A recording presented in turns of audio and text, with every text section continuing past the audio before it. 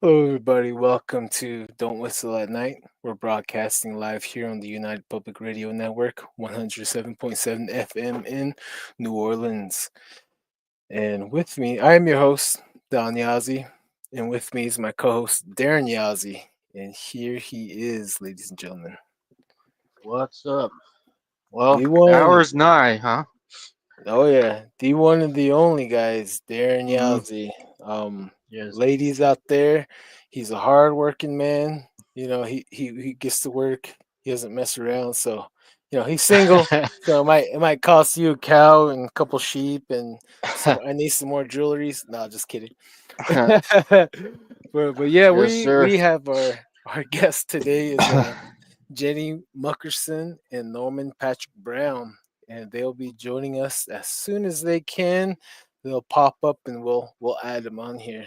But um, but yeah, they are going to be very interesting people to chat with about. They have stories of Bigfoot.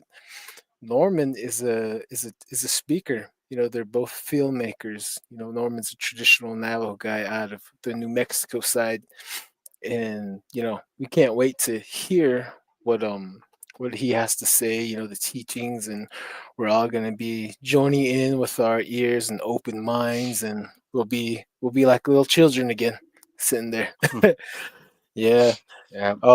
Yeah, so Jenny is head of the Ramah Navajo Bigfoot squad out there by Pine Hill, New Mexico area. And let's see here. They'll join us as soon as they can. Yeah. All right, let's see here. All right, right here.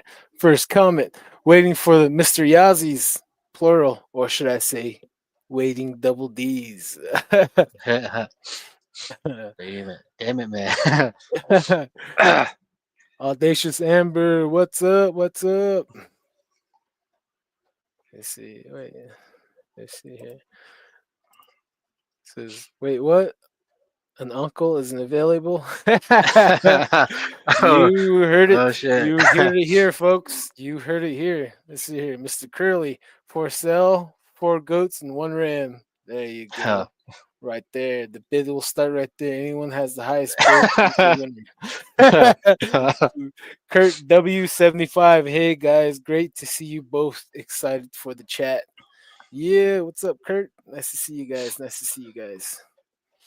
Yeah, I am waiting. Let's see Yep. here. Whenever I think Yeah. The I think important thing is uh, these guys are actually from my neighborhood right there in the trees, where all my wild things are, and they're amongst us. whoa, we don't want to So go to that forest. Nah, just kidding. I'll just yeah, I was surprised to see the a sticker that they had at the store. Raymond Navajo Bigfoot Group. Man, I put a li- smile on my face.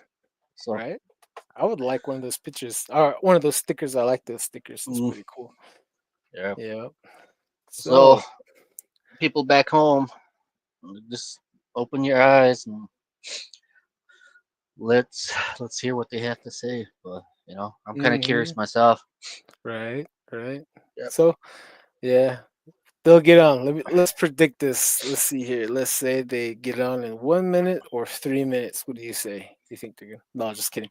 But Uh, yeah, anyways, up there, you guys. This next guest, Chris, is coming back on for part two. He's a Algonquin, out there in mm, Canada. Um, he's gonna be coming back on, and we're gonna get deeper into the occult and deeper into more of his weird stories, weird sightings, and all that stuff. And after that, we're bringing in a Navajo lady. And oh, here we go. Yeah, it's Mr. Norman yeah, Patrick too. Brown. Yeah, it's Oh, yeah, they. Hey, Uh, eh. hey, Mr. Brown. Nice to see you. Yep, Nice to nice have you shirt. guys on. Nice shirt. Oh, Oh man, oh man, Is he that is surfing? cool. Yeah. Yeah, yeah. Humboldt County. Nice. He's helping out the beavers. Oh, Humboldt, is that California? I used Yeah. to live in I used to live in Humboldt County, California, a place called Hoopa Valley. Oh, Um, yeah. yeah, I have an aunt that used to be married out there, and I have a couple cousin sisters that are half Hoopa and half Navajo. So it's one Oh, I call Hoopa my second home. It's beautiful. It's opposite from where I come from. That's why. so they're So hoopah. Huh? yeah, I really like it out there. I miss the frogs. The frogs are really loud. It's like a gigantic frog is somewhere down there at the river. It's pretty cool. But yeah, Mr. Norman Patrick Brown, we are gonna hand the mic off to you, and you can introduce us and walk us into your life and tell us who you are, and you can take us wherever you want to go from there. But go ahead. Wow. It's kind of odd because you grew up and your teachings were always don't talk about yourself, don't brag about yourself. Yeah, Hmm.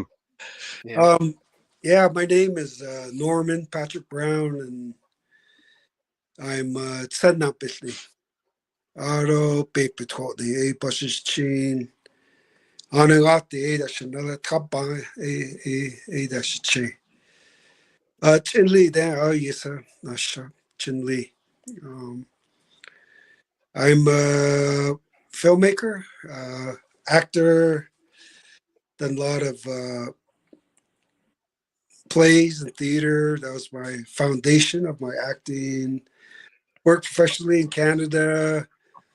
Um, did a off Broadway. I worked in New York City. I lived in Manhattan for a couple of years back Oh, in the Hmm. nice. 80s. Uh, for a while there, I was doing a lot of professional photography. Then I got into acting, some various feature film roles, some supportive roles. Um, like then I kind of stepped away, but I've always done a lot of screenwriting. A lot of my short films were all in Navajo. Um, Awakening, that was my first short film. It was all in Navajo. In fact, it premiered at the Sundance Film Festival 1990, early 90s as the first indigenous language film drama short. And then my second film was called Saint Being Horse Song. And that was also was the second Native American ever indigenous language. And I've written Res Hope, numerous other small documentaries for K through 12. Um, I've also worked in Hollywood as a consultant. One was for JAG, a TV series. The other one was The Pretender. This was like way back in the 90s. Um, but most of my life, I've been an activist, I guess you might say, Mhm. protector, defender of our lands and resources. Over my lifetime, I've worked with a lot of grassroots organizations, communities, the Net Medicine Man's Association, the Net Coffee Association, Cool. in various capacities.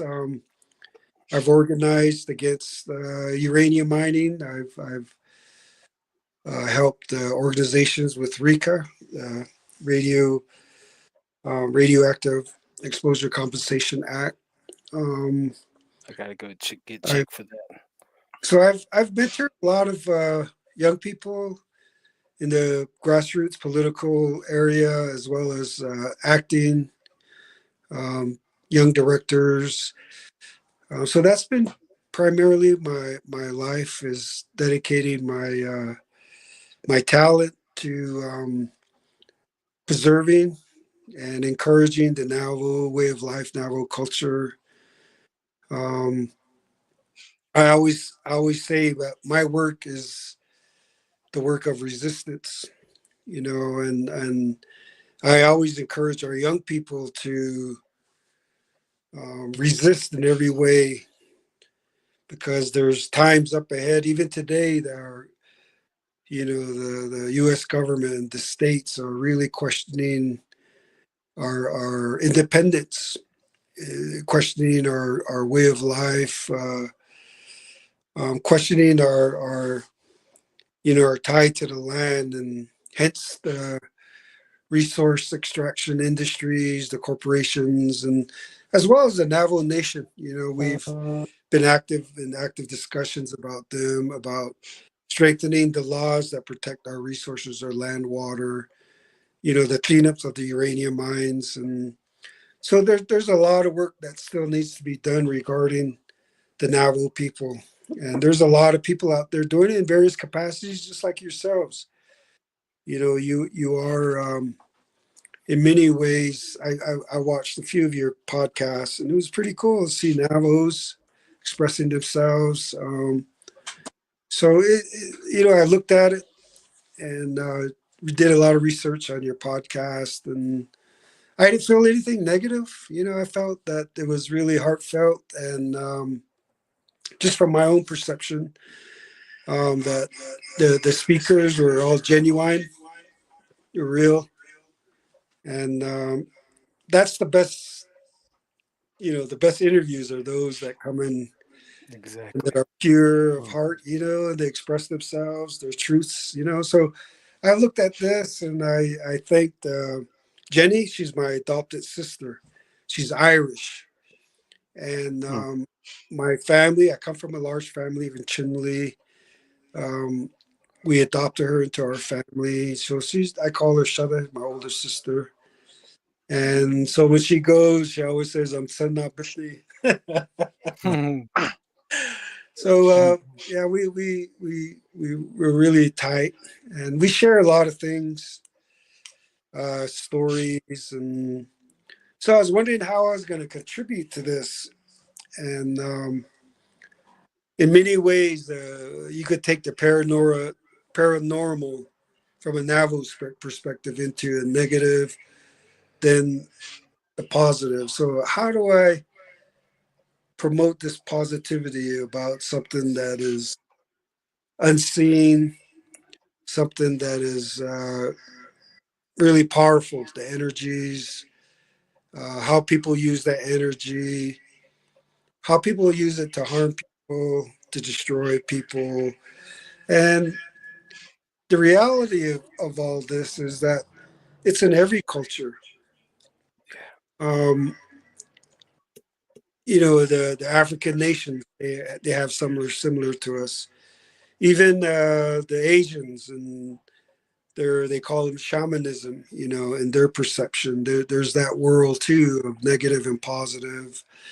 Even in the Bible, I mean, everywhere in humanity, there's always that dark side, and you have the light. And sometimes the dark side is used to enlighten, to bring light to, and vice versa. So in our culture, as you know, there's the male and female, and the left side is the male, and the right side's the female. In terms of our cosmology, um, the male is more aggressive, more violent. It seems like the thunder, the lightning, the rain. There's male rain. Then there's the gentle female rain. Mhm. Um, Within ourselves, you have anger, hate, maybe extreme jealousy. Those are kind of characteristics of a male Yeah. uh, uh, perception. Then the females, forgiveness, love. So the whole idea, what I've learned over the years and through teachings, is that we have to have a balance. Yeah. What is that balance? Um, how is that balance necessary in this world today?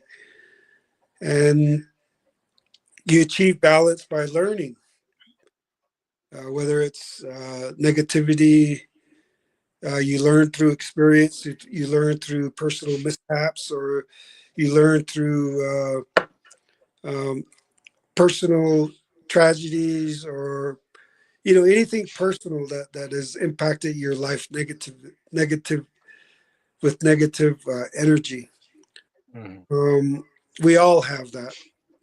And what are the Mhm. causes of that? How does that evolve, and how does that become part of our lives that many of us don't want to accept? And the reality for me in my own personal life is that it'll always be there. That negativity, that dark side, it's always there. Just like the light, the love and peace, that healing part is always there too. So, like I said, how do we own it? How do we become the masters of ourselves, of our minds?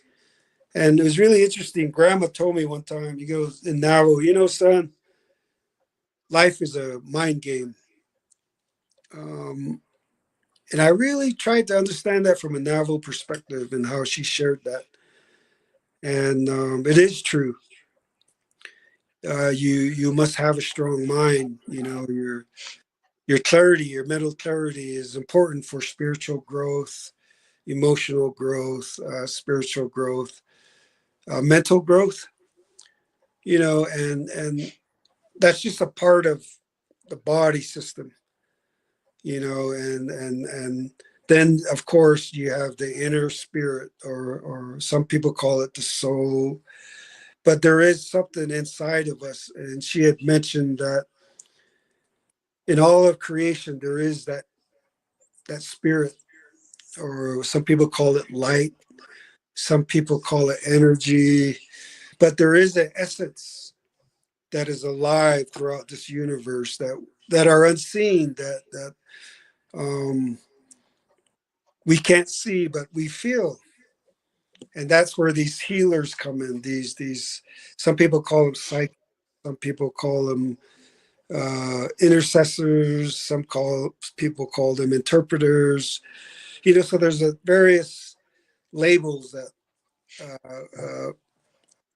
that we give as people to this understanding of what is energy. Mhm. And then you have some that are born with it, that already know that something's wrong, or they already can communicate to that other side, or they're in tune with the wind. The energy of the wind tells them things, and the crystal and the water and the fire, and the stars. So there's all this divine connection that humanity over the centuries, and it's always come down to, how do you use it? Is that of personal benefit, for personal wealth, or is it for the people? Is it for the community? So in our instance, from the net perception, from what I've learned and was taught, is that our gifts are really belongs to the people. Um, as Grandma said, what you have doesn't belong to you. It belongs to the mountains. It belongs to the ancestors. It belongs to the unborn, because it's what you do with it. That energy of understanding, of seeing, of knowing, that some people have, that pray with it, that heal with it. So there is something special. And she did mention that we're all born with it. It's in each and every one of us. Um, the other thing she said that was, before the coming of the Europeans, our Navajo people, they didn't need to speak to each other. There was a point there way in the past where we connected with telepathy, and we connected with each other. We had our own way of transferring information over the land. She gave an instance where our warriors could talk to the other side of, Western agency, or she said we knew how to connect with each other. There was a pathway. an ancient pathway, and those connections were um, inherent. And when we do our songs and prayers, it multiplied that energy, it multiplied that understanding, and that direction, or that inner power that you have. And she said that's why the ceremonies are very crucial to our survival. Yeah, we can live among each other with these gifts, but if you don't have those ceremonies, those teachings, the initiations, it's not as powerful, and it doesn't affect the universe that we live in. And she said that it's our indigenous prayers from all over the world, from Europe, Africa. It's our ceremonies, our dances is what makes this earth turn, and that's what creates that balance in climate. Since we've forgotten, she gave examples of the climate change. She goes, is that a direct result of our losing our dances, our ceremonies? Not only Navajos, but the Hopis, Pueblos, Lakota. She named. She was that's from my understanding that she said, I'm sharing with you, son. So I always ask a lot of questions, and I asked about um, this phenomenon that people are interested in, like Dark Wind, that crappy show. It It, is. it's it's horrible. I mean, I agree with you. I watched off and on, and I just turned it off. And it's a narrative that doesn't belong to us. It's a narrative on fantasy. It's a narrative on self promotion. It's egotistical, and its main basis was created from Tony Hillerman's books. I read Mhm. one book, and I didn't like it because we were portrayed as evil, dark, witchcraft people. We steal, we murder, we lie. It's a complete opposite of really who we are as a people. So you have a Lakota, a Southern Cheyenne. You have these wealthy Bilaganas from Santa Fe. They got together and say, hey, let's make some money. Let's make some money off some Navajos. Mhm. So that's how it evolved. And so the Pueblos, this was their first major project. They created a studio outside of Santa Fe. And it kind of upset me when I saw how this all came together. There was no Navajos at the beginning of this creation of Dark Wind. There was no above the line, no producers, no directors, no writers. Um, so it was really an exploitive process. Me as a filmmaker looking at how this project evolved. And the sorry thing about this is we play into it, the net people. Yeah. We become their consultants, and we use the Navajo language as a title of an episode that really pissed me off, because my dad is a Navajo code talker, and growing up, he always told us, "You protect your language. That language should never be in the enemy's mouth. They should never speak this. Um, and if you define a nacha in our Navajo ceremonial concept, Navajo cosmology, anybody who is not the Dene is an enemy. If you marry Lakota, they're the enemy. You marry Chicano, they're an enemy, and the Bilaganas, and so that was the way we looked at things in the past. So now you have enemies speaking our language, enemies um, making a shitload of money based on us. And the interesting thing about this is that what if we made a TV series called Dark Kiva? Mhm. and we portray the language, Yeah. stories about a certain Pueblo group, and delve into their ceremonial cycle, delve into their stereotypes and misconceptions, so that's how I viewed it. Hmm. And, Exactly. what do you think about it, Norm? I said, I call it fart win. Hmm. Downwind. People get all people get all touchy and shit. It's like, Yeah. I don't care. You're not the name. Yeah. That's what I was saying. I was like saying like, if we can do like a really accurate documentary on what happened in the past between us, America, Mexico, Spain, and other enemy tribes. I mean, it'd be really, really controversial. It'd be really graphic Yeah, and dirty, Hmm. dirty warfare. yeah. Oh This yeah. A lot of people wouldn't stand for that, and they wouldn't want to see it. Yours, I thought, wow, this is his narrative. He's bringing across a narrative. He's in control of that narrative. He defines what that narrative is, and looking at it, and the way you present yourself is really in a good way, humble way. You don't encourage any of the negativity. You're just saying, hey, look, this is what's happening on our nation, and this is so for me. I learned a lot.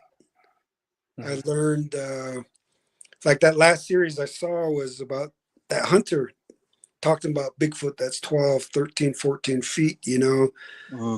and he talked about how it came, so I learned a lot from my own perspective. If that Mhm. happened to me, I think I would do this, so um You have mind speak with him.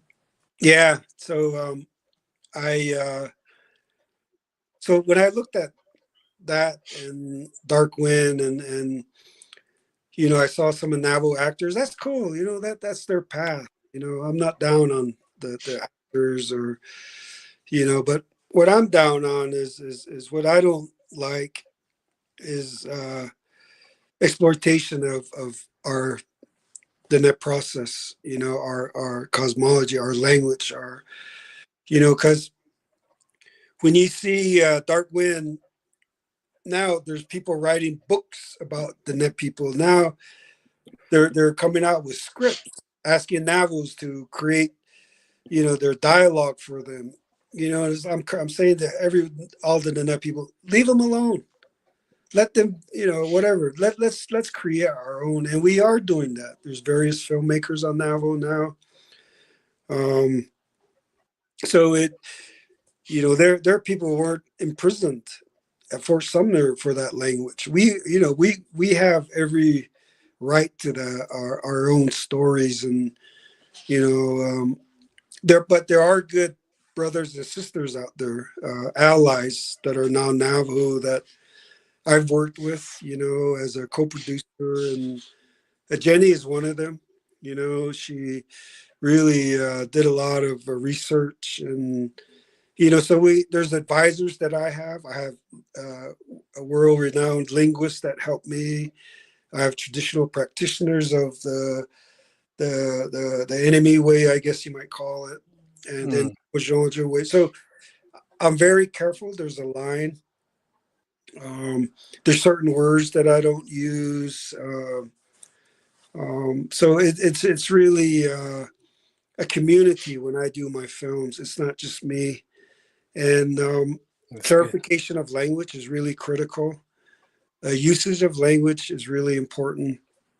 So when I see Dark Wind, the butchering of our language, and I see the title of an episode in our language, it just really bothers me, and I've asked others to join me, and so it seems like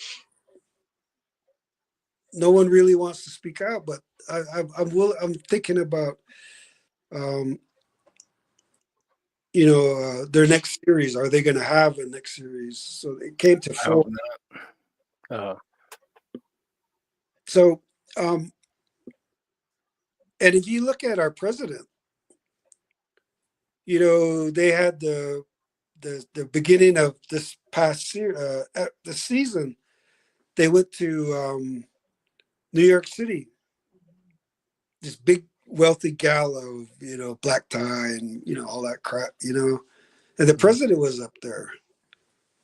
It's like, why, if you were so, why couldn't you have it here in Gallup? Because they know they'd see me and others there, and they know that they wouldn't have that on Navajo, so they had to go somewhere else. And the president supported that, and someone exploiting our language, money, creativity, So that's what I wanted to share. But in terms of your show, like I said, you own that narrative. You're from the res, and you herd sheep. You're one of us. So I'm glad that you're doing it. And just to introduce myself, I analyze a lot as a screenwriter, and I advise a lot of people, in different ways, and how to come into a Navajo community, how to work with the Net people. It's all based on trust, So that's kind of been my role, and right now I'm co-chair of the Navajo Code Talkers Committee, Descendants Committee. So on August 14th, we're having a gathering at Navajo Code Talker Day. It's a national holiday, and we're hosting it at the Navajo Nation Museum. We're having a 5K run honoring the Navajo warriors, World War II, and we're going to have a parade of all the descendants. Basically, it's just families, no major floats, just pictures, and so it's a nice family community thing. Good vibes only. Mm-hmm. Awesome. Wow. And so could you tell us what's the most furthest you can remember on your paranormal experiences, or when you're practicing your medicine man journey? Like, what's the most weirdest thing that ever happened to you as far back as you can remember? Um, I'm not like uh, I'm not a medicine man or anything, but I've helped a lot of medicine people in various Mm. capacities, gathering herbs and learning and Apprentice, your yeah. apprentice. Uh, Yeah. I Mm. don't know. That's too big a word for me, but yeah, I'll share it. To tell you the truth, my first paranormal experience was before I was born. It sounds Mm. odd, Oh no, it sounds really interesting. Go ahead. but over my lifetime, I've dealt with paranormal activity, and I've at a young age, I've had experiences and I didn't understand, Mm. and I've always had problems in different ways, situations where I was put in places where I had no connection to whatever that situation was, but I was blamed. Um, a lot of attacks personally throughout my lifetime. Things happening to me, like a lot of mishaps, a lot of unlucky stuff. But somehow I've always survived. I've almost lost my life a few times, and I'm just like freaking amazed, that I'm still here, and I'm thankful. Mhm. And as time went on, I've seen different medicine people, and they said this happened to you. This was done to you when you were a teenager, and this is why this happened to you. So we got to go way back and destroy that. Like it'll be let's say an image of me down in the canyon of Anasazi, where so that had to be taken care. So there's so many instances like that where um, we had to go back and cleanse whatever those people call them, spells. People call them whatever that that that that language is. You know, I call it dark energy, the unseen energy. Yeah. And I've had accidents. I've had so many things in my life. It's just really amazing. And like as one day where I was living back home in this community, and it was so hot inside. It was probably about 11 o'clock, and I was the only one at home. My family had gone on a trip and they were coming back. And, you know, I was there. I was about 9 years old. And I turned off the TV, and, you know, I was just sitting there in the dark, and it was really hot. So I went outside. I stepped outside, and there was a tree probably about this, about like that, in the front yard. And all the limbs were cut. And, you know, there was, the tree was all, the branches were on top. Well, I stepped outside and I saw this black thing really fast, Oh. and it stopped behind the tree, and it was looking at me. Then it went across the street. There's a street light behind a row of BIA housing. So it came, it stopped at the tree, and it went to that light post, that wooden light post. And I could see the outline, the sides of it, like for a second and a half. And it moved again behind the trash can, all in my visual sight. Took about 3 seconds. And I was like, did I just see that? And that freaked me out. But so then I went inside. Then another time we were sleeping, there's a group of us.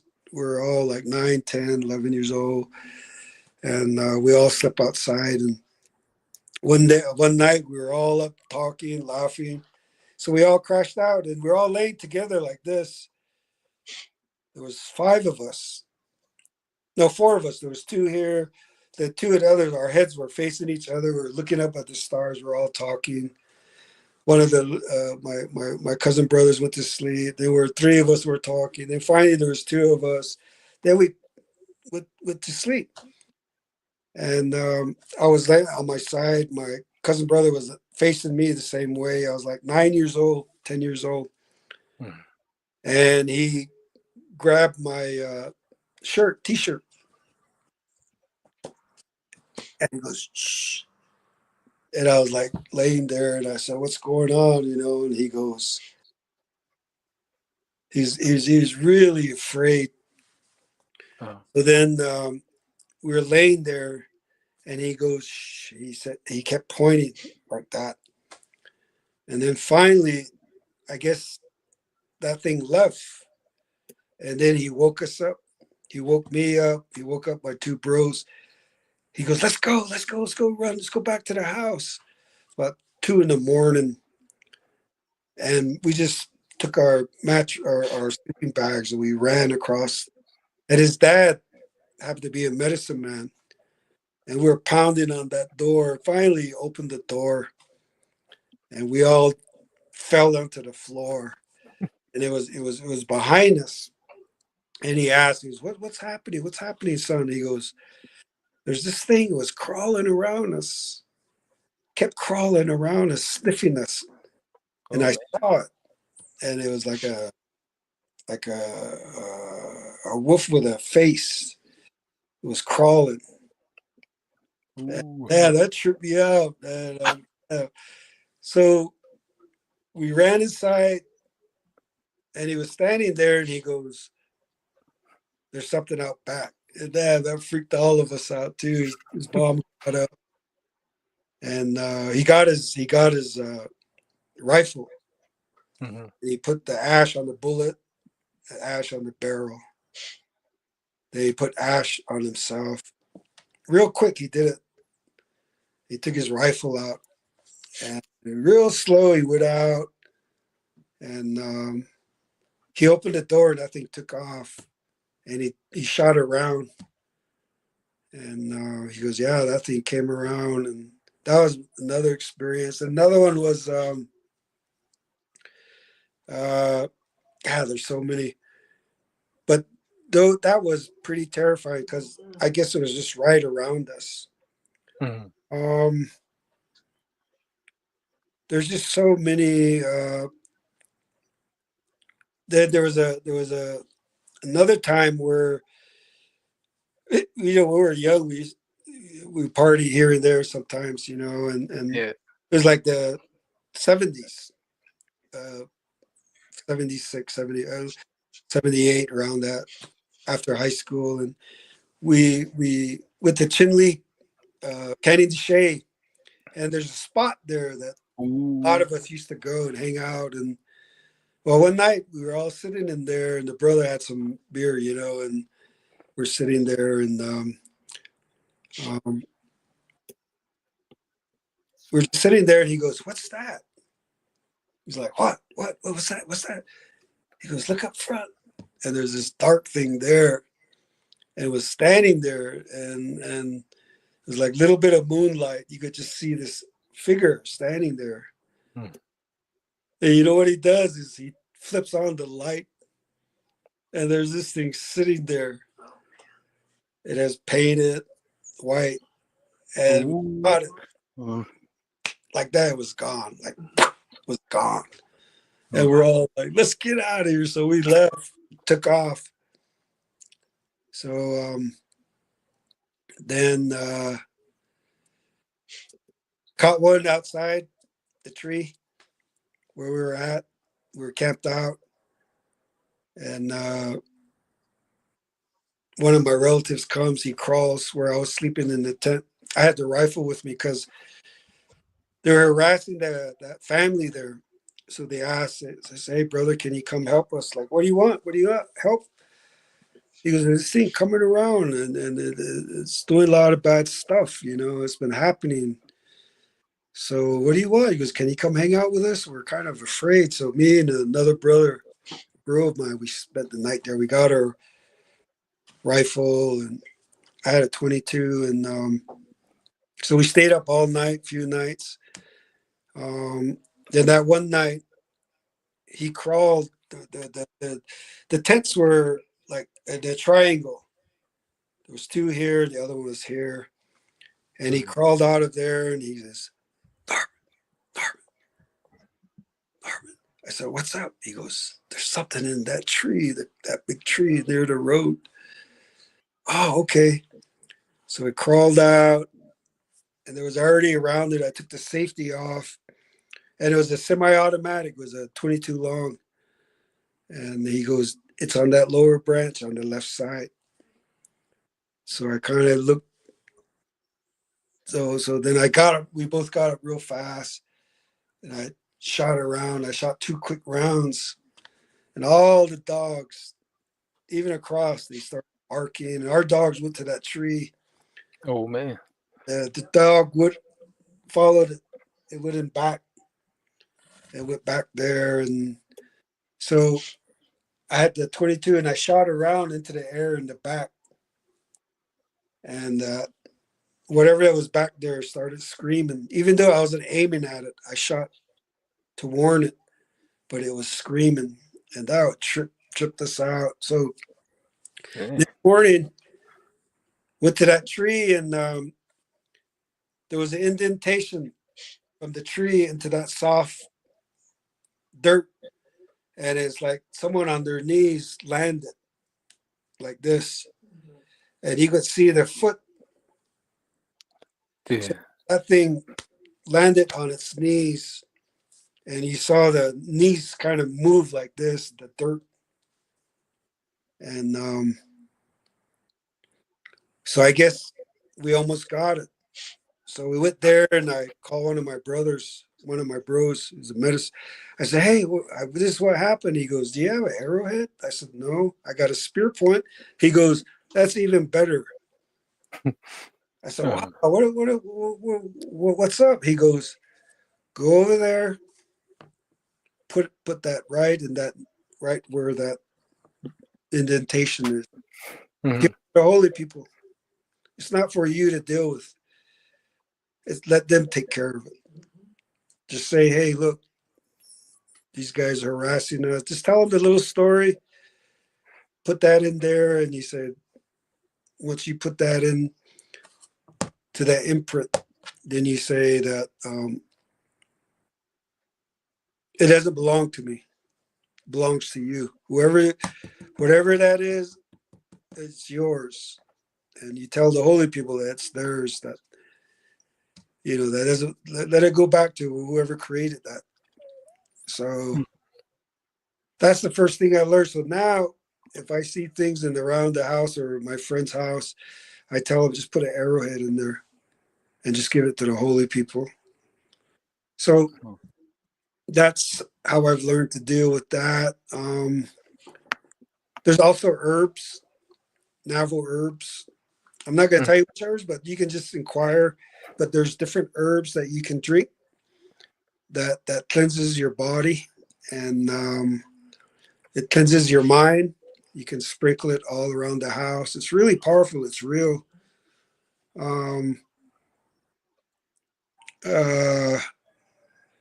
So that's how I've learned to deal with stuff like that. I also use Winishkish, the fire poker. Mm.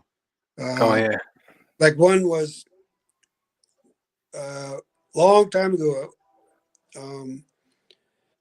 We were sleeping in the front room in one of those BIA housing south of Chinle, and we heard this kind of like knocking noise, like kind of weird noise, and there was three of us, and one of the ladies gets up and she looks over and she goes down and she started breathing real hard. She couldn't talk. She kept going like that, and I woke up and I was wondering what she was. She goes, she was like that. She goes, I can't talk, and she was really scared. So I went over there and I looked over the window, and this thing was in the back of the truck, moving really fast, like looking inside. Then it was off. It went under the car, and I was like, this happened in like 3 or 4 seconds, and I was like, oh crap. So I put down and I said, there's something out there. Then she finally composed herself, and the other lady that was there, my cousin, she got up, and all three of us looked, and that thing got off the back of the truck. It went across to the other house, and the other house had a screen door. Yeah. And it was checking out the screen door real fast like that. It was like that. And my cousin's sister says, let me go get my window skish. She went out the door, and she put it over the flame, the fire stick, and she blew on it, and it got red, and that thing was going around that house. And she pointed it over there, and she goes, pa, pa. That thing, we watched it. That thing stopped. Like it just literally stopped. Oh. And we looked at it. She did it again. Pa, pa. And that thing was like, I don't know how to describe it. It's like they were cramped or something. They weren't fast. That thing wasn't fast, so it was real slow. Wow. That's crazy. Then we watched it. Then when it got out of our view, all around the housing, the dogs started barking all the way around. All the way. We went to the back window. She still had that thing, that fire going, or that coal. Pa, pa. And it's like that thing would stop with that pa. And all the dogs were going to that, whatever that was, and it take off, and she did it again. We were watching this. All this 2 minutes. A minute and a half to 2 minutes. When we got it, we saw it. She lit that real fast. We went around. It was like it was already like a quarter of a mile. And every time she stopped, that thing would. Every time she go like that, that would the dogs would go there. Jeez. That that was trippy. So that word "pa" is powerful. It's real. Yeah. It's My real. For grandpa my yeah, grandpa used to tell us to say that like whenever something would come around, depends on how bad it is, would be outside. It would depend on how much ash he would apply on us. yeah, Sometimes he would throw the whole bucket of ash on us, boom, and then he'd be saying "pa pa pa." He'd be putting some on his thumb. I guess there's some stories where you would say you would do like a little spell, and you would flick it off your thumb, and that ash will leave your thumb and turn into an arrowhead, and it will fly to that yeah, skinwalker, and you would hear it connect, and you would hear that skinwalker cry or wail. yeah. And I Mm, have another friend that I'm trying to get on here. He's gonna tell us a story about how his dad got ahead of a skinwalker. He drew a line on the sand with I think with the arrowhead, and he did a spell on there, and he put the arrowhead right where that wash is because the skinwalker was traveling through the wash. He placed the arrowhead there. He went behind a hill and he was praying for himself because he knew whatever he was going to see, he was going to be afraid of it because it was going to be horrible looking. And sure enough, he heard this thing galloping, running and running and breathing hard. And he heard a like a connection. Boom! That thing collapsed, and you would hear a man wailing in pain. And he walked behind the hill, and he had another arrowhead. He was ready with that arrowhead, and what he said, he described he seen a man, upper body of a man, and his lower body was a horse. mm, And he was telling him because before that encounter, he was a cop out in Helchita, Utah. There was a police station in Helchita a long time ago, and he was sleeping in there, and he seen the skinwalker climbing through a window crack, this small, like a window. He crawled through there and went over him. He was hovering over him. He opened his eyes, and he seen he had yellow face paint with white stripes here and there. And he let out a gasp. That guy disappeared. Boom! He went back out the window. He jumped in his police car. He drove from Helchita all the way to a place called Train Rock outside of Aljato. There's this Yeah, wash, so he was right there. He was behind the hill by the wash by the pavement road. So he crossed. That's where he got him, and he interrogated him. And all that skinwalker told him was those people from Black Mesa, no, Navajo Mountain, and those areas paid him to get rid of him. So mm, he said that if I see you again, I'm taking your life. So he let him go, and he said years later down the road, he went to a swap meet in Kienta, and he seen that old man, and he said he knew it was him without the face paint. And he was all trying to offer him free food, a drink, trying to offer him free stuff. He was being really nice to him. And he looked at him. He's like, I don't want anything from you. I already know who you are. And that guy huh, just, everything, his face just dropped and he walked away. So, yeah, it is real, that yeah. stuff. I yep, mean, my bros that I grew up with, like they lived out in the country, and it's Yeah. just a normal occurrence. Seemed like, Hmm. and what I learned is that um, if you give it energy, you Fear. make them more powerful. Yeah. But if you have a state of mind where it's like, yeah, whatever, I know you're there, whatever, you keep going. Yeah. And we've done that before. We were camping out, and my bro's kind of like psychic. He goes, yeah, there's something out there. It's checking us out. He goes, just leave it alone. Don't give it energy. If you have fear, they smell it and they'll come and they'll take advantage of you. So he was teaching us that. Exactly. Uh-huh. And mm, so then bitter medicine. That's really powerful too. I use that a lot.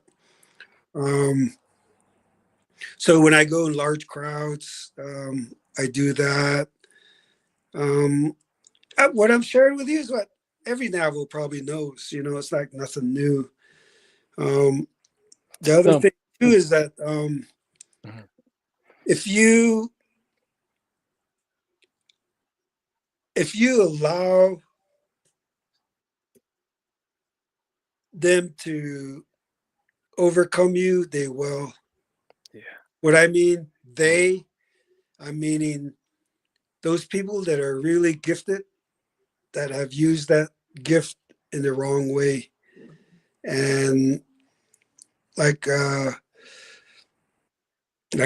my uncle, he said that.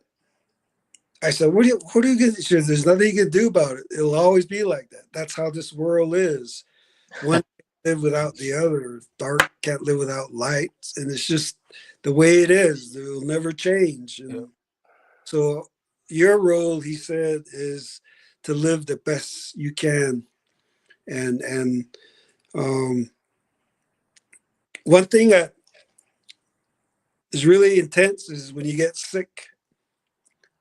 When things are done to you, you get real sick and you think you're gonna have a heart attack. And like one time I went to the hospital, my heart was freaking racing, man. I was sweating. And I went in there. I rarely go. I always do my own prayers, but I went there and right away they saw me and they hooked me straight up to EKG, all the things. I was sweating. And they said, "What's up?" And I said, "This is what's happening to me." And so he goes, "I'm going to do my rounds. I'll be back." So he goes, "Just settle down and we'll see what this thing says." So he came back and I said, "Here it goes again. Here it goes again. My heart's racing. Here I go." I start panicking, start tripping out. Not really crazy, but I was just tripping out within myself, was freaking out. And I said, it's right happening right now. And he looks at the monitor. He goes, "Your heart rate's normal."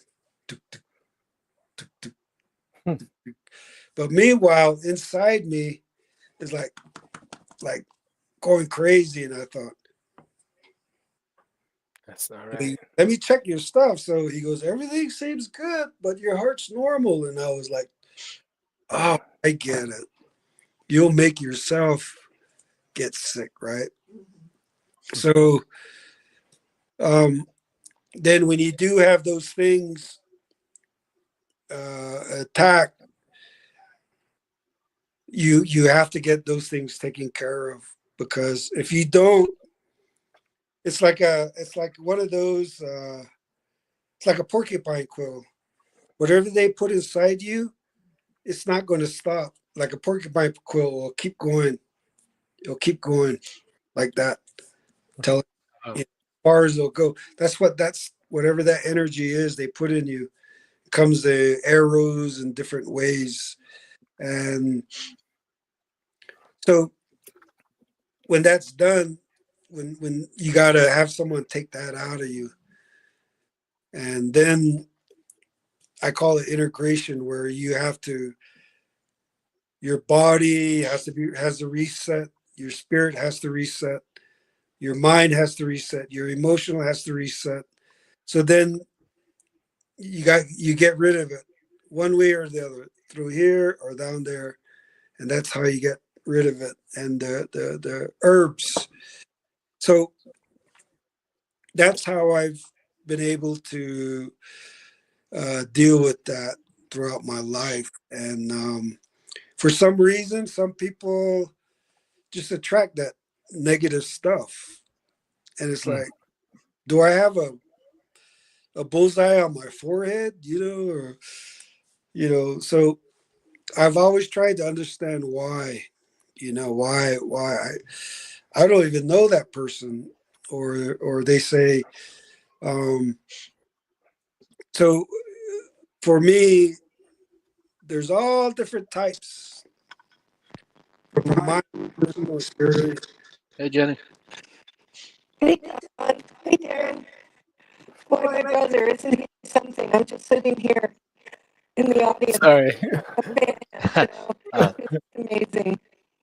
Love Mm, to listen to his voice, and so much of what he's been talking about mentioned when we started making the movie Poison Wind, which of course was about uranium mining on the indigenous lands of the Southwest and in the Grand Canyon, we knew we were taking on a, a tough subject.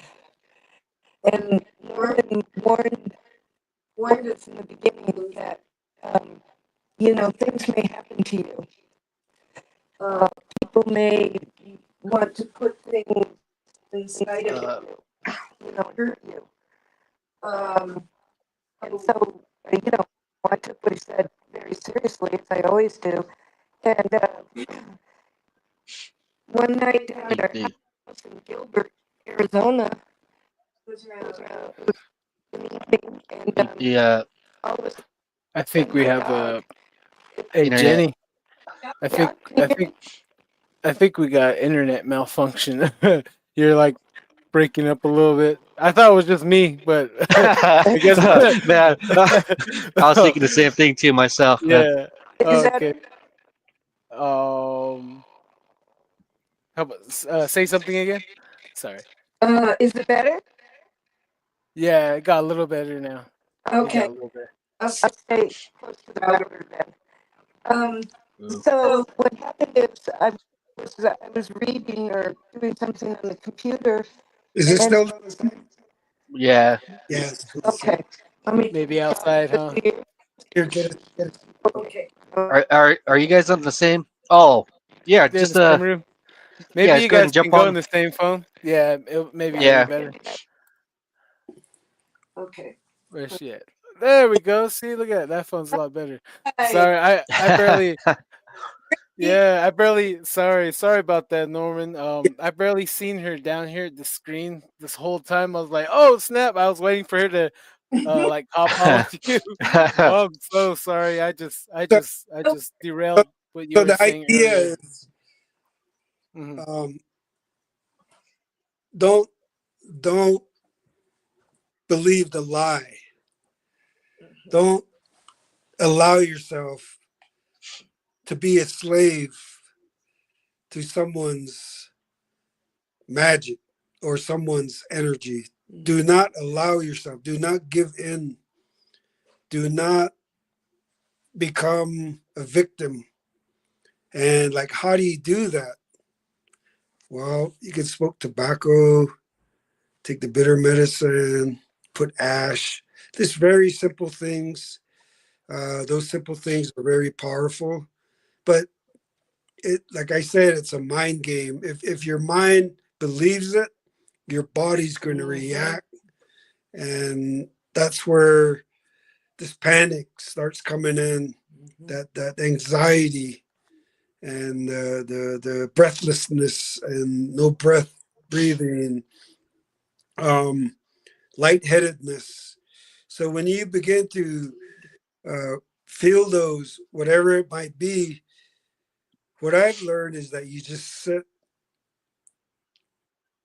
just breathe, reinforce yourself, call your holy people or whatever way you are, the way you know, and ask for help. And that's always helped me. And then sometimes you just have to go see a medicine, but there's just no other way. But my message to everyone, doesn't matter if you're in Africa or wherever, it's the same energy. It's no different than it is in Asia. It's just one energy that destroys. It creates havoc, and sadly, humanity uses that. Even the Christians, they have that energy. It's everywhere, from what I understand from talking to my lifetime with others, nationalities, and so the idea is you strengthen your mind, you strengthen your belief, and you strengthen your spirit. And then sometimes they'll say, well, I had a protection prayer. It didn't work. Well, you're alive. People expect the protection prayer to be like, that nothing will, yeah, it lessens it. it you know, it lessens it.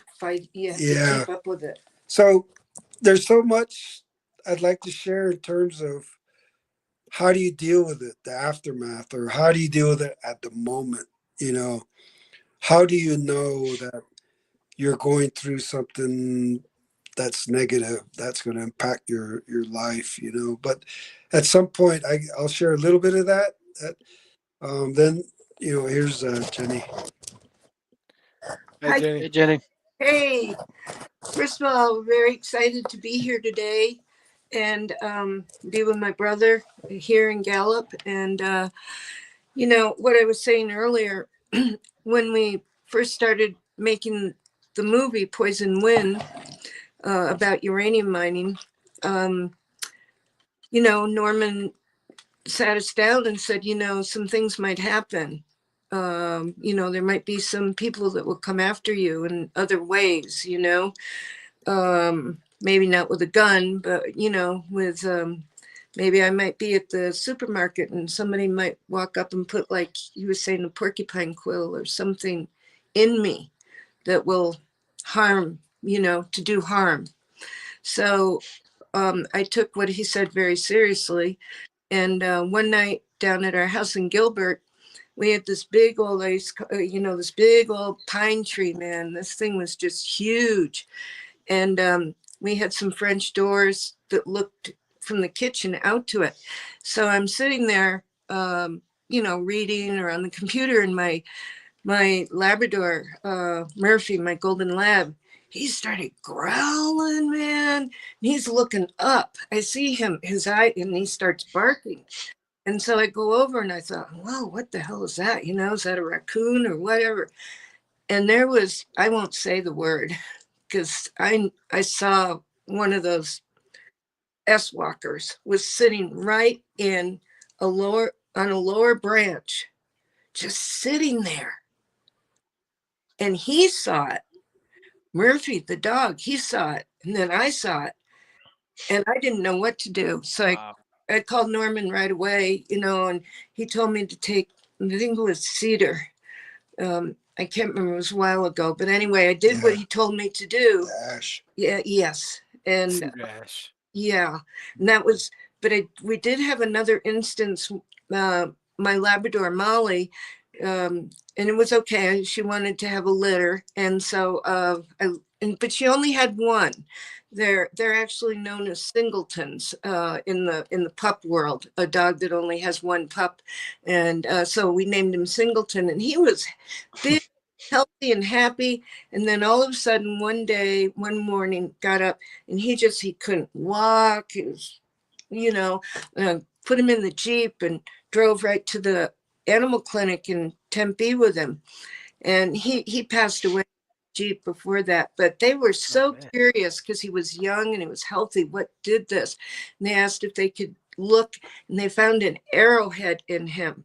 And they showed it. Oh wow! Yeah, and they showed me the X-ray that they did too. Yeah. Oh, so they found a real arrowhead in the little guy? Yeah. Oh man, poor guy. That's my favorite. That's my favorite dog. You know, because I love my dogs are my kids. You know, they're my fur babies, and that's what he died. Yeah. Oh man, sorry to hear Ouch. that. Yeah. Oh man. But Oh, you that's know, horrible. I mean, one of the reasons I'm out in Ramah is this guy right here, because we were working on another movie called The Rainbow Boy, based on a script, you know, that Norman had written, and we were moving forward filming with that. And because of the work with the uranium, I was diagnosed with lupus, which is an autoimmune disease, and it's very, oh man, the heat is so bad for it. So we started looking for places to live, and my husband kept saying, you know, why don't we'll find a place near Gallup so you can be near Norman, so the two of you can continue your work. So we did, and we looked at 3 places out by Ramah, Pine Hill area. And the first day, the second one we looked at, where I live now, I saw an orb, and I took a picture of it. I have an actual, it wasn't a digital, I had film at the time. Mhm. and you see it right by one of those old pinyons. It's just hanging there. And if you take a magnifying glass, you can look and see an angel in that orb. Wow. Hmm. I That's said, cool. we looked at the other place and I said, honey, I said, this is because I was going to need to be up there during the summer so I could be near Norman and also, in our work and stay healthy. So get healthy. And so anyway, I said, this is it. I mean, it showed itself to me Mhm. in the middle of the day. So I knew that meant something, like meant something. So we bought the place and then we started having experiences with, I call him the big fella, the Hmm. big fella in his family. You go out every night with Mhm. red apple, the gift and stuff. Mr. Big Fella. But Mhm. things started happening, the shaking of the house was the first thing. I mean, and my husband was there too when that happened. And there were about 5 years of things going on. And then footprints, and then the scream. I call it a scream, but it was really a scream on steroids. I mean, it's just scream doesn't even Yeah. crash. Yeah, it just gets louder and louder in like Hmm. 25 seconds. Yeah. And I was up there by myself because my husband would come up on the weekends from Gilbert, and but I had my dogs, and we all heard it. And I sat up, they sat up, but that was it. We were frozen. They couldn't move. I could not move. I knew it was right outside the house. So I called the Bigfoot Research Organization in the Northwest, called PROS, right? And Pros. Huh. so we did an interview on the phone, and Mm. I called. I don't know where Norman was, but I talked to his brother Chap, and I told him what happened. And Chap said, "Well, you know who that was, don't you?" And so okay, so anyway, they took me very seriously, and they sent 3 people out, including Boyd Omer, he's part of Team Ramah. He lives in New Mexico, and plaster casted a lot of prints there, and told me that maybe I'd want to start like leaving food out or apples, and trying to create a balance with him. So that's what I started doing. And that's when things began to change and communication got really good. And I think in the beginning, when you're moving into their territory, they want to test you and see what you're made of. Are you good or are you not? And I think that's why they do some of the house shaking and throw rocks and things like that, because they've been there. I talked to a medicine man in Ramah, Harry Nez, and he said they've been here since the dawn of time. So that's what I believe now. I believe they are multidimensional, but when they're on this side, they're physical when they're here. And but I believe that they um, are able to cross over into different dimensions and realms. Mhm. Mhm. Wow. Interesting. Darren, you have any Well, questions you want? wow. Yeah, because Darren's First, right out there yeah, too. yeah, I'm right. I'm right there, and right now I'm just listening. There's time to listen. Time to hear. Right now, I'm just like really listening. I like Norman. I like how he talks. It's like that's some good truth that people just need to hear Yes. more out there. Is You can put the it's phone just like long ways so we can get both of you. I think Oh, that would be great. yeah. It's a good way to talk and a good way to communicate with others is use your voice. You when you talk, you can either bless or curse someone, and that's what I was taught. So it's like watch how you talk, watch your words, because that's your soul speaking out loud in this world. Mhm. uh, and it's always good to talk like this, even with the younger kids. I know that it's really difficult to talk, spiritually with the child, because they're so caught up in the world and being Native American. You can't not rule out the spiritual world. The spirit. You can't not look that down or look. So uh, it's really good to hear that. It's really good. I hear. I perfectly understand what you're talking about when you spoke. And there's a time for it to listen. That's communication that I like to hear, because it's rarely talked about. It's rarely spoken. Um, so for that, man, you pretty much open the ears to a large amount of people on this podcast. And people need to hear and to understand the Native American side of this world that we live in. And it's just it's the Native Americans. They're so outlawed and so looked down upon that we've been called savages. But yet at the end, we're still here, and we still got a lot to teach and a lot to understand. So the world needs to live. The world needs to know that we're still here. Native Americans we're still strong, and we're right now we have the ability to talk with using the internet, which is a good device, because I would never have met you, Patrick, and Norman, and Jenny, without this communication. Without this link. And thank you for taking your time out to join us and all the listeners out here. I just want Uh, to thank you, Darren. Can I just say something real quick? Well, you just hit on it. When I started the group, the Facebook group, mm, reason I did it was and keep it private, is because I'd had my own events occur, you know, and talking to other people like in Ramah or out at Pine Hill, um, Lewis Trading Post, all these different mm, places. I found out that a lot of other people had had these experiences too. oh, And there are two women I know from Ramah who are wonderful, wonderful, loving grandmas. And I realized that one of them had PTSD from this. She could Oh yeah.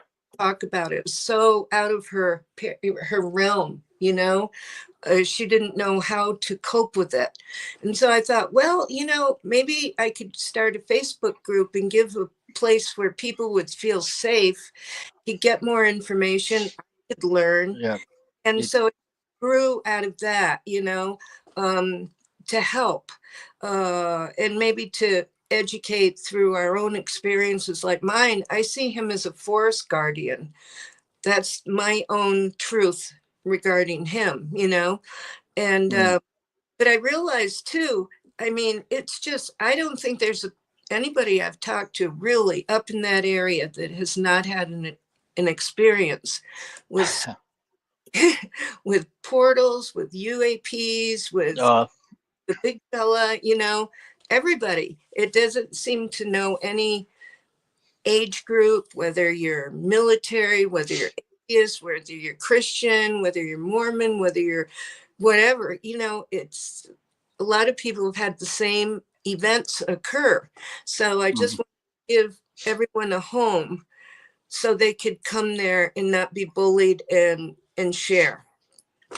Hmm, yes, exactly, that's awesome. exactly. Uh, Hey, you know, Norman, I wanted to. Oh, sorry, cut you off there. oh Yeah, I yes, want to go yeah. back to what you were saying earlier. Like half of, like, my uncle taught me like half of we're always a half, right? Us men, us male. Like he told me that left side is for your family. Your wife, your kids. that's your warrior side. You die for them. Yeah. Your job's to die for them. Then this side, is for like, family and all that stuff, your warrior side, and you have your equal side, the yin and the yang. It's the same teaching, the Yeah. same Mhm. thought behind that deal.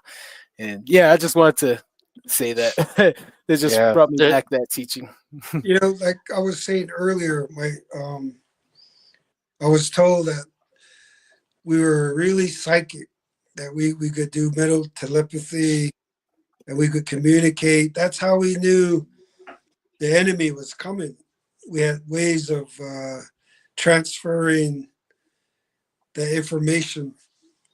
There was various ways, but mostly, um, from what I understand, is that there's different, people call them realms or dimensions, or there's different spaces. I don't know if it's time, but there's different surreal spaces where that's the real world. That's Hmm. where Mm. life initiates itself, and that's where um, our connection is.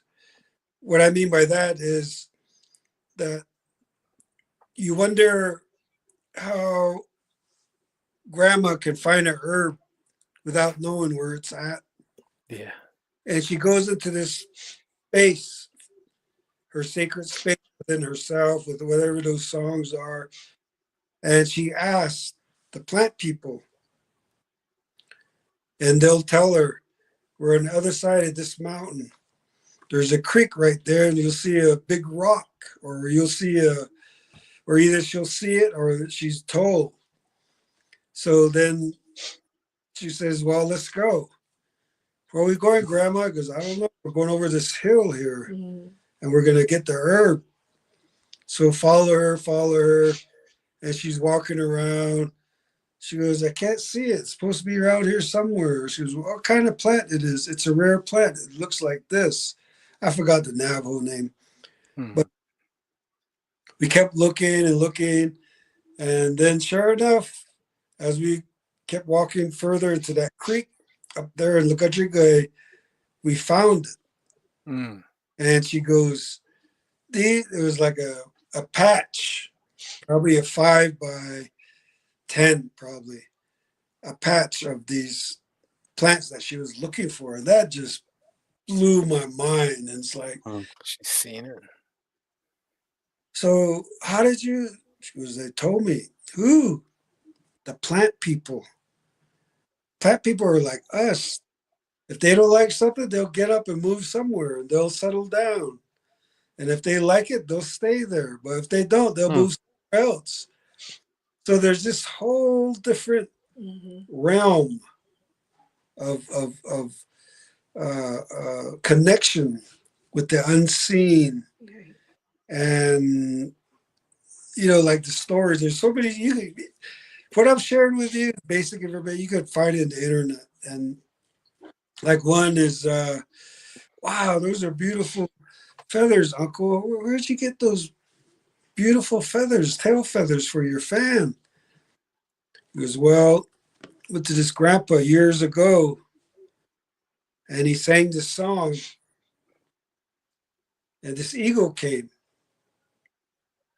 and he asked that eagle, I need your help. So that eagle gave its life. So all the insides were utilized. Every part of that bird was used in these major ceremonies. And how do they do that? Like another one is like they used to call deers. The deers would come, the big massive the males. Hmm. They would come and through a song. Through songs, yeah, yeah. And Mm. it's just all the stuff that I've heard over my Hmm. lifetime, these um, interaction with the unknown, and Hmm. how it comes out positive. Hmm. So when the Europeans came, those Bilaganas sure didn't like us Hmm. because we already knew they were lying. We already saw through them. We already knew their intent. No matter how much they tried to make things smooth, and there was always the net person there. He's lying. Though quit Ada. It's not Ayun, chill. Mhm. he's saying, and they're wrong, they're lying. So then, as time went on, not only the net people, all indigenous people were psychic. It was just very common because to be psychic, that word psychic, to be in connection with the universe was how it always was. Reciprocity. There's a place needs rain. Well, you go take your prayer over there and bring the rain. That's what I was just gonna say. I was gonna share you like when you were saying the songs.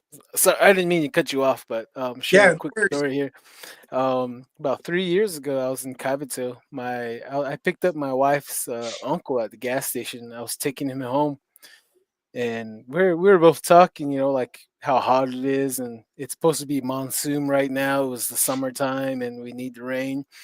And he's just like, "Go, look that way. You see Navajo Mountain?" I was like, "Yeah," because I was driving. He was passenger, and he's all, "Keep looking at it, watch." And he started singing. He started chanting. He started singing, and I kept my eye on it. I was driving, and sure enough, I swear to you that the mountain's right here.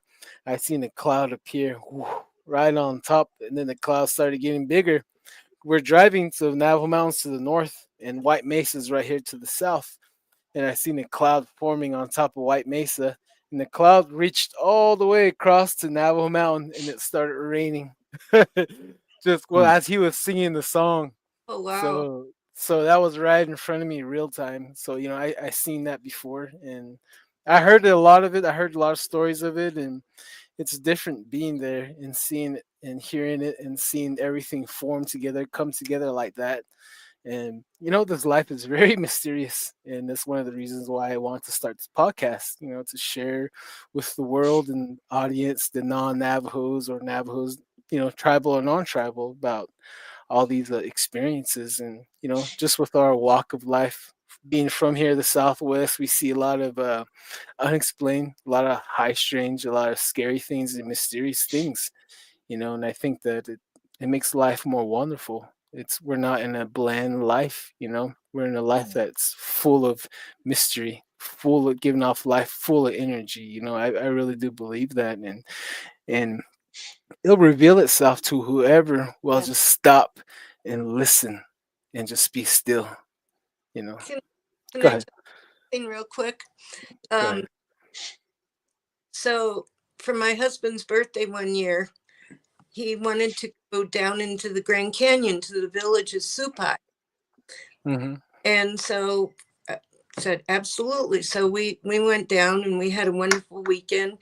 And as we were getting ready to leave, I walked over in the middle of the village. And I remember looking down at my feet and thinking, I'm standing in a perfect circle. I mean, I could feel the energy coming out of the ground around me. And a man walked up to me. I looked up and he walked up to me and he said, "What do you do?" And I said, "You mean for a living?" And he said, "Yes." And I said, "If I'm lucky, I work in film and TV," which I was doing at that time.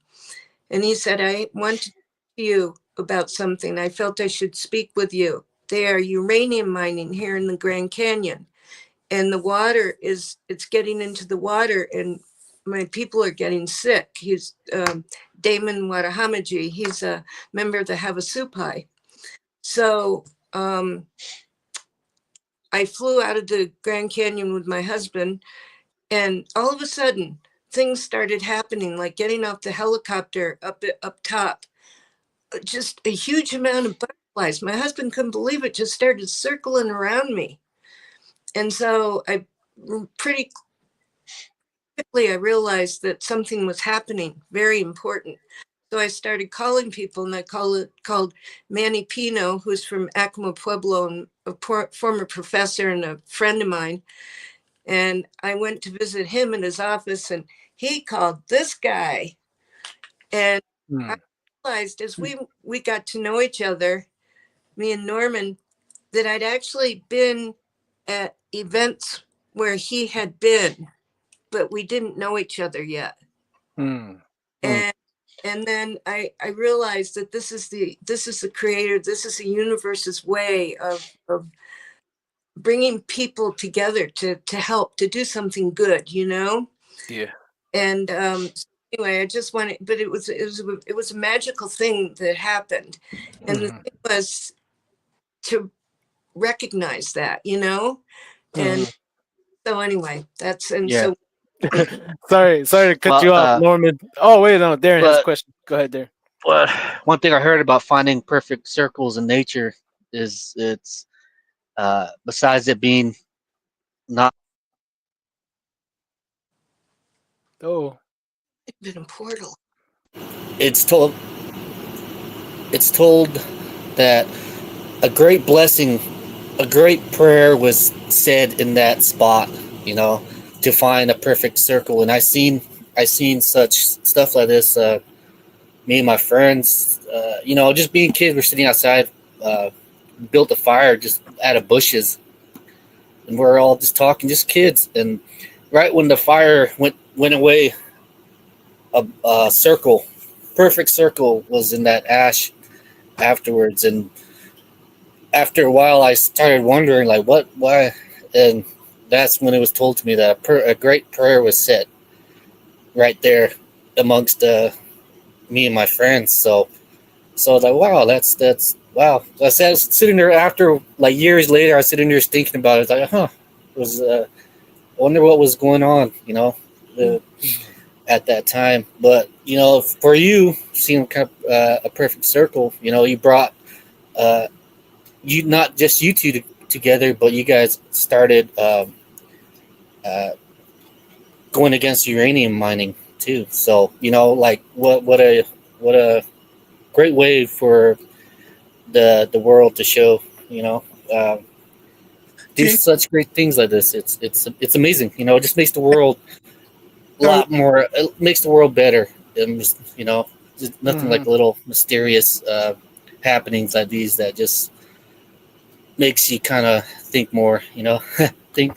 But going back to Ramah Navajo, thank you for, you know, wanting to help people with going through such problems. I think this is the reason why one of the reasons, the backbone or the foundation of this podcast was to help. You know, personally, I went through a lot of stuff that I could never, you know, never talk to anybody about, because, like, where do you go? Who do you go to when you say you've seen a werewolf? You know, like who do you talk to? You know, and especially with Bigfoot. We had an encounter with Bigfoot out there in Pine Hill, out there in Unit 5, in that area. It's, you know, you see lights. Just a couple of days ago, I showed Don videos of lights in the trees. You know, UFOs up in the sky, and these are videos that we took not too long ago. And you know, it's a really weird, mysterious place.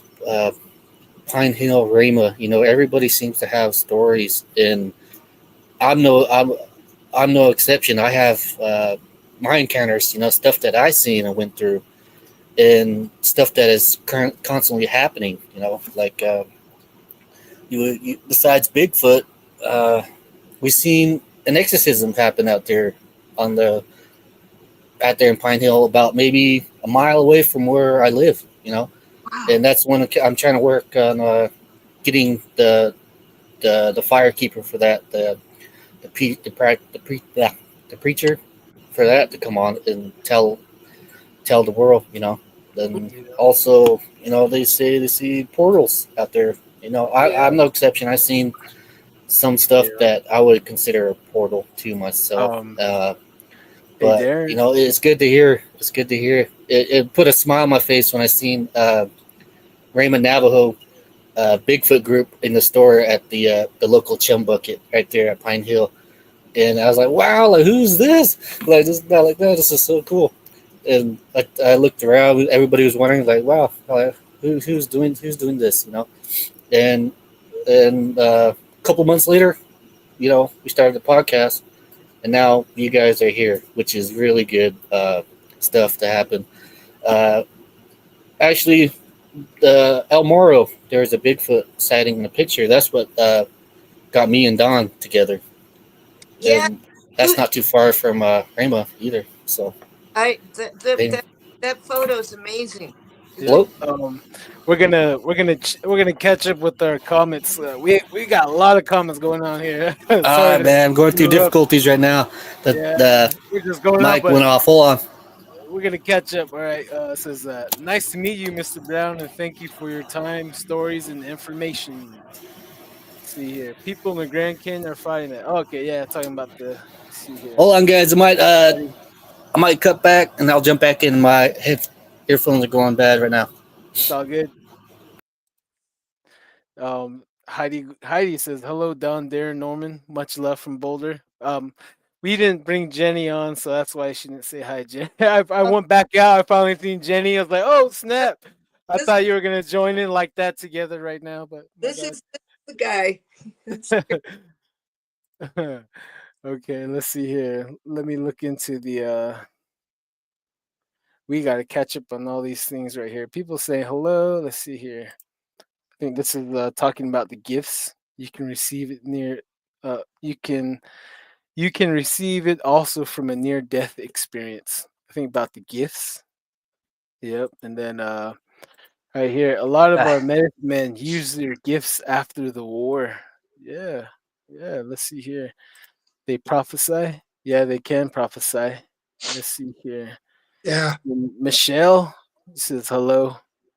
Hello. And Shadow IDK, hello. And then Uh, Melody, is that your hey, sister? Molly. Yeah, it's my sister. Oh, She awesome. was excited. She was excited too when I told her we got the Bigfoot group right there at the house too. So Cool. And then Myths, Monsters, and Mullets came in late. I'll have to listen to the replay. Please mm, do, my friend. Please do. Let's see yep, here.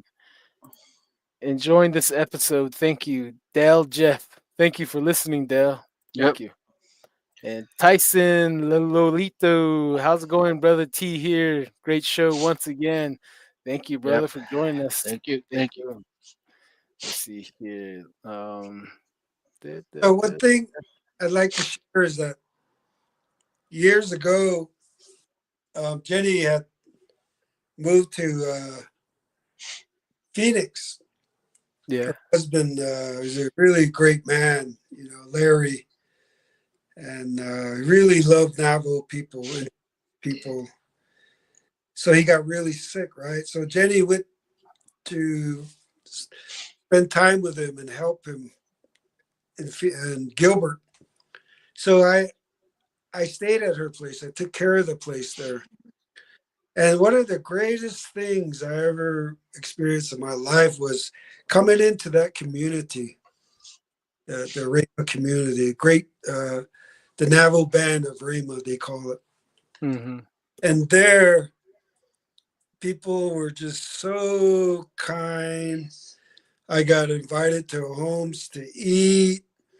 At the store, everybody said hello, Mr. Brown, and I got a family there that are real close to me. I call them brother and sister, and they check up on me, see how I was, and it was just really great people there.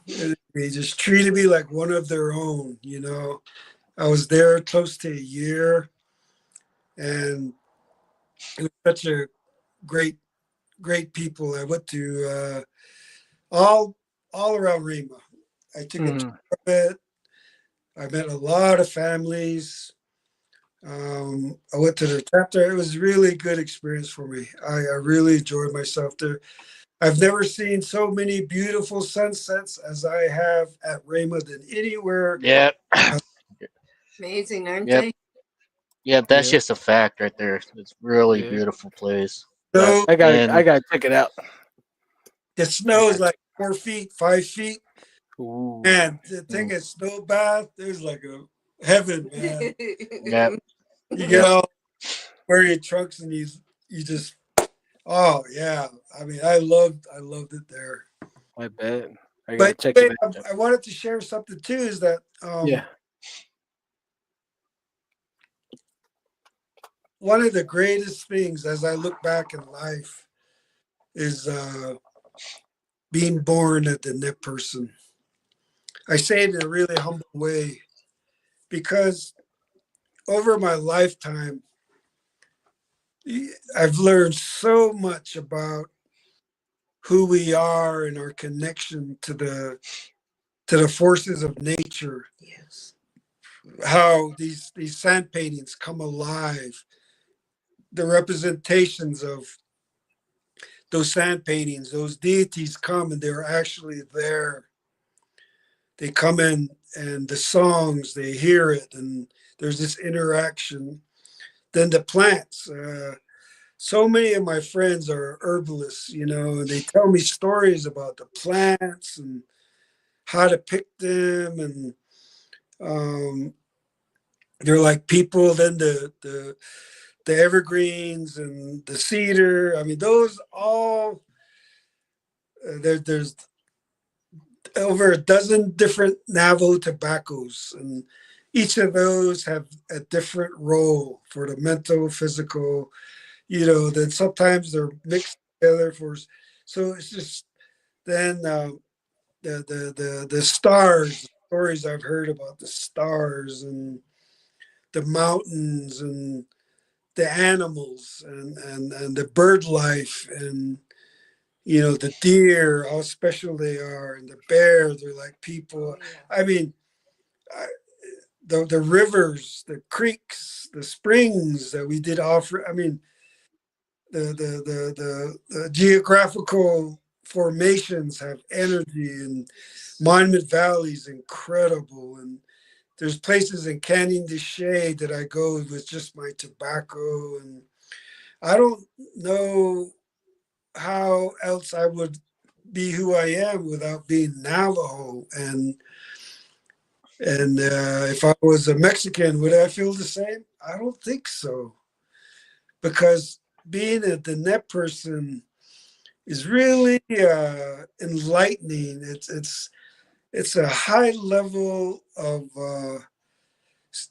ceremonial discipline, high level beyond professorship. It's just another high level of intellect, of language, ceremonial language that ties to secrets of how the universe created, how the four mountains came into being, and how the earth is a woman and changing woman, so there's all these talking God, there's names for them, monster slayer, and these deities that they're just everywhere, male and female, the tornadoes, then you have the light dust devils, they call them. Then you have the thunder and rain. Then you have the female rain. You have all the rainbow, the big rainbow. Then you have the small rainbow.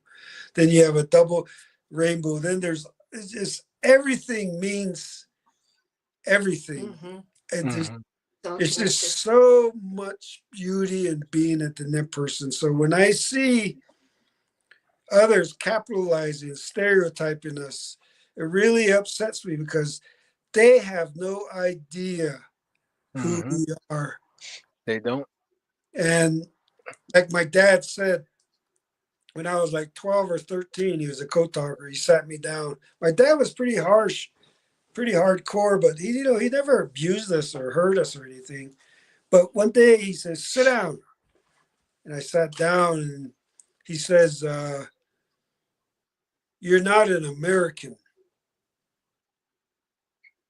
He goes, nor are you a Navajo. He said this in Navajo to me. Okay, Dad, this metaphor kind of stuff you're telling me, what are you trying to tell me? And I said, yeah, I said, now I said, what do you mean? And he looked at me and he goes, you are no Kati and the No, Ka is like earth surface. Digen means holy. The Na means people or person. You are not a American, nor are you a Navajo. You're a holy earth surface person.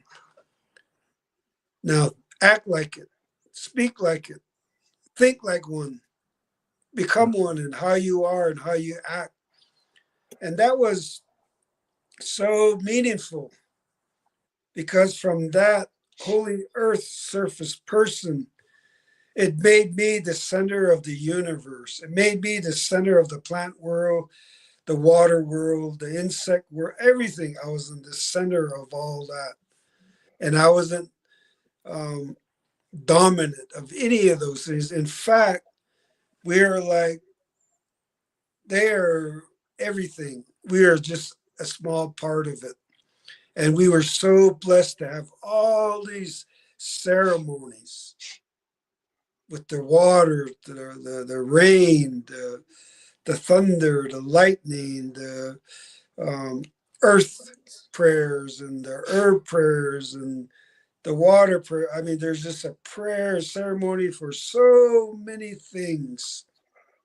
And I just love hearing stories. My elders, especially the young people, uh, uh, and just being the Nez is just it's just so beautiful, you know. And I want to live to 120, you know, because just I love being the Nez. I want to experience everything, the good and the bad, the ugly and the beautiful. You know, it's just uh, uh, to be the Nez, you have to experience the worst of each of the good and the bad.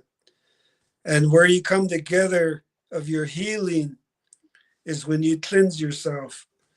Like there's things that happened to me over my past. I'm still having these ceremonies. Oh, this happened to you when you were 30 years old. They did this to you. Oh, wow. So let's get rid of that. So each time they get rid of something, I stand a little taller, you know, and I feel more stronger. And it is true. When you're young, I don't know other cultures or other tribes but in the Ned way, you know, everything's so sacred that if you walk by a lightning tree and you smell it, that's going to impact your life for the rest of your life. So you got to have you get like symptoms of bloated stomach, you have lightheadedness, no matter how much water you drink, you know, then they say that's onset to diabetes.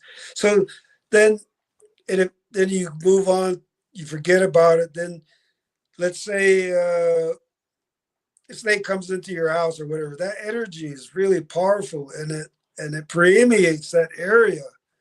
And who knows, it might be scent or whatever. But anyway, you get the symptoms again of whatever that. Then you go through it and you say, oh, I'm okay. But when you later on, you get older, you say, oh God, what's that? You know, you go to the hospital, you know, and all your tests are normal, but you feel so then you have ceremony. So it is true that you got to be careful growing up in your young life. Try not to, you know, abuse your Carry snake. body. Yeah. Yeah. So right now I'm 65, right? And it is true from 55 on now, all these ailments, you know, cramp, all these different things. So now that I've got rid of them, of what I did as a young person, like I Mm-hmm. almost drowned in a river one time. And so I had to have that corrected Mm-hmm. because that river had a holy being, was a holy being inside it. And so I had to correct that. And then it involved my breathing. I kept having these shortness of breath and I couldn't understand that, you know, because I ran and exercised. And so I guess the message is, I don't know, for humanity or whatever tribe, you know, you'll finally feel the effects of your life. So the best advice is be careful how you walk, how you interact with nature, how you interact with animals or insects, and you know, um, like an example, um, you're a little kid, and one of my neighbors had a magnifying glass. I was like 7 years old or something, and he was having a magnifying glass burning these ants, these red ants. I said, "What are you doing?" You know, I was like 7 or 8, first grade or second grade. And he was just laughing. I said, that's not cool. He goes, "You try it." I said, "No." So finally I did. And I burned the ant and I felt awful. And I just let it go. So Mhm. guess what? A year ago, I started having those symptoms. Went to the hospital, like just a checkup. And so I went to see this man. He goes, "You need that ant way. Wow. Did you do this when you were a boy? Did you do this?" I said, "Yeah." So Wow. as a young person or someone in their middle, you got to live a good life because they'll come back and you got to Come correct. back on The danger is that a lot of these corrections are gone because the ceremonies are gone. you. Yeah. People are not learning. So, like the eclipse, Mm-hmm. that's powerful. Yeah. And what if there's no more people that do that? Then your mind's going to be in this constant state of depression and Upheaval. your eyes you'll go blind. So there's all these interaction as a Diné person. I don't know how the other tribes are, but within Probably Diné, the same, maybe. We got less than 9 minutes oh, left. We're gonna. So I take it we're gonna have to schedule a part two and talk about Bigfoot, because we didn't get into the right, Bigfoot. So it's, 2 hours is almost up, guys. No, it's all good. No, it's all good. As long as you guys can, talk about everything paranormal, ceremonies. We are educator as well. And educate people on the culture and paranormal and.